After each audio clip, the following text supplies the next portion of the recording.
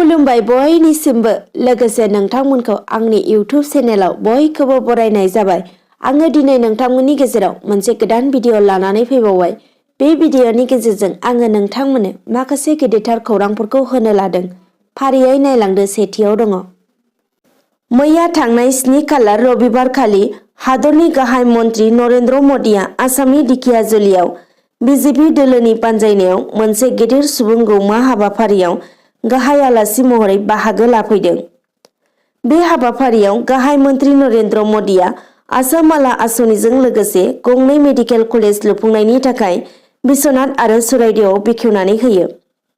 गुबुन फारसे गाहाय मन्त्रिया बे हाबाफारिनि गेजेरजों फोरमायबावो दि गुबुनारिफोरा भारत हादरखौ बदनाम खालामनायजों लोगोसे आसामनि साहा आबादखौबो बदनाम खालामनो नाजादों होनना। बे हाबाफारियावनो आसामनि गाहाय मन्त्रि सर्बानन्द सोनोवाल आरो आसामनि रांखान्थियारि मन्त्रि डक्टर हिमन्त बिश्व शर्माजों लोगोसे बिजेपि दोलोनि गोबां दैदेनगिरि बिथांमोना बाहागो लाफैदों। नैथियाव मैया थांनाय 7 खालार खालि फुंबिलि समाव उत्तराखन्डनि शामली जिल्लायाव बरफ आवलिनानै हरखाब दैबाना जानायनि जाउनाव सा 150निबो बांसिन सुबुङा गोमानानै दं होनना खौरांनिफ्राय मिथिनो मोन्दों। बिसोरनि गेजेराव आसामनि गंसे नखरनिनो 2 सुबुङा गोमानानै दं। दै दाहारजों गोमानानै थानाय 2 सुबुंखौ कामरुप उत्तर चांचकि गामिनि अमरज्योति दास आरो कमल दास होनना मिथिनानै मोन्दों। गोमानाय 2 लाइमोनफोरा खामानियाव जोबोद मुखुबमोन होनना मिथिदों आरो हरखाब दैनि दाहार फैनायनि उनाव 2बो गोमानानै थानाय खोथाखौ फननि जोहै न'आव फोरमायथि हरदों। गुबुन फारसेथिं नखरनि सुबुंफोरा दुखुनि गेजेरजोंब्लाबो गोमानानै थानाय 2 लाइमोनफोरखौ नागिरना दिहुननानै नखरसिम दैथायहरनो थाखाय रायजो आरो मिरु सरकारनिसिम खावलायदों।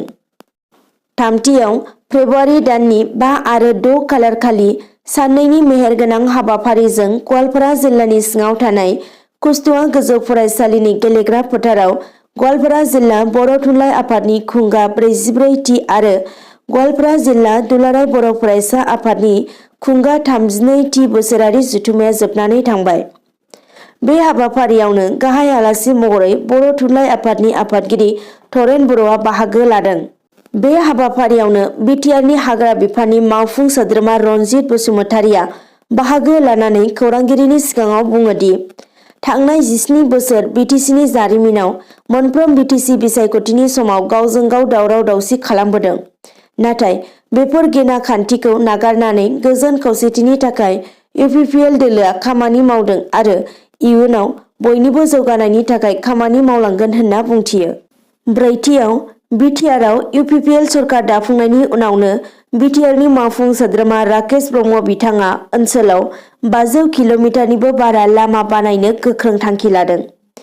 बिटिआर ओनसोलखौ जौगाथाय होनो 24 नं मुसलपुर बियाब आरो 23 नं दिहिरा बियाबाव सानसेनि गेजेरावनो लामा बानायनो थाखाय 15 था अन्थाइ खाम्फा बेखेवदों।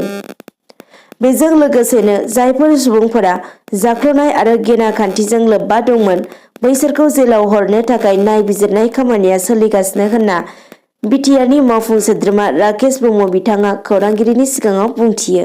बाथियाव चिरां जिल्ला सिडली पुलिस थानानि सिङाव थानाय फटियामारा गामिनि समेन मोसाहारिनि न'आव मोब्लिबारि सर्ट जानानै हरखाबै न' खामदों होनना खौरांनिफ्राय मिथिनो मोन्दों। थांनाय 6 खालार खालि मोनाबिलिनि 8:30 रिंगायाव जादों बे जाथाया। जाथायखौ लानानै ओनसोलाव दुंहाव थासारिया सोमजिदों। नखरनि सुबुंफोरा खुनु रोखोमै जिउ रैखा मोनदोंब्लाबो नाथाय नखरनि गोनां मुवाफोर, गोनां फोरमानलाइफोर, गथ'फोरनि फरायग्रा बिजाबफोरा सेवहांगार जाजोबदों होनना खौरांनिफ्राय मिथिनो मोन्दों।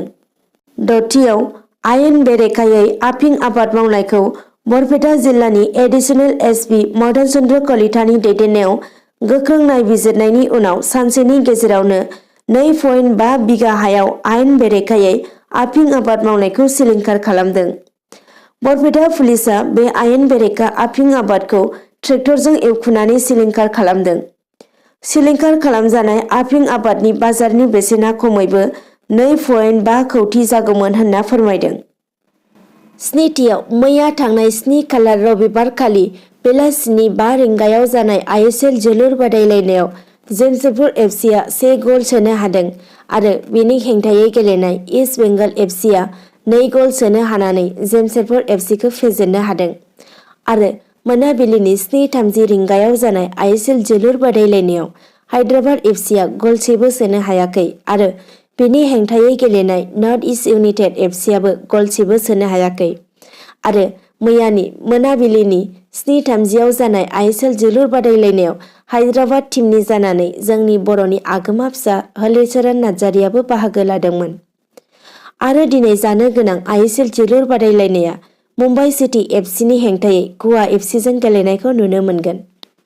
9थियाव गसाइगाव महकुमानि सिङाव थानाय चौधुरी घाटनि साखाथियाव थानाय गुवार फोथाराव मैया जानो गोनां फेब्रुवारिनि 19, 20 आरो 21 खालाराव जानो गोनां गुदि बाथौ खेराइ फोरबोनि गुदि खुन्थिया गायसंनाय हाबाफारिखौ खुंफुंदों आरो बे हाबाफारियाव 6 नं कुसुगाव बियाबनिफ्राय देरहासार जानाय इउपिपिएल दोलोनि इएम उकिल मुसाहारि बिथाङा बाहागो लानानै खौरांगिरिनि सिगाङाव बुङो दि मोनफ्रोमबो धोरोमखौनो इउपिपिएल दोलोआ समानै हेफाजाब होगोन होननानै बुंथियो। 9थियाव बिटिआर ओनसोलनि गोदानै सरकारि जानाय सोलोंथाइ फसंथानफोरनि फोरोंगिरि आरो मावथिफोरनि थिसननाय गथायनाय हाबाफारिखौ 8 खालार खालि अदेबानि दिनैनि सानाव सेक्रेटारियेट बड'फा नोगोराव बिटिआरनि गाहाय मावफुं सोद्रोमा प्रमद बर' बिथांनि आखाइजों गथायनाय जागोन। 10थियाव मैया थांनाय 7 खालार खालि बारग' एमपि बिस्वजित दैमारिया खौरांगिरिनि सिगाङाव रोखायै फोरमायो दि आसाम बिधानसभा बिसायख'थिनि उनावबो बिटिआर हालामाव जेबो सोलाय सोल' जाया आरो सोरखार बायनायनि जेबो खोथा फैया होनना बिथाङा बुंथिलाङो। दिनैनि भिडिअ'आ बेखिनियानोसै। नोंथांमोना जुदि भिडिअ'खौ नायनानै मोजां मोनदोंब्ला लाइक, कमेन्ट, शेयार, साबस्क्राइब खालामनो दाबाव। एसेनोसै, गोजोन्थों।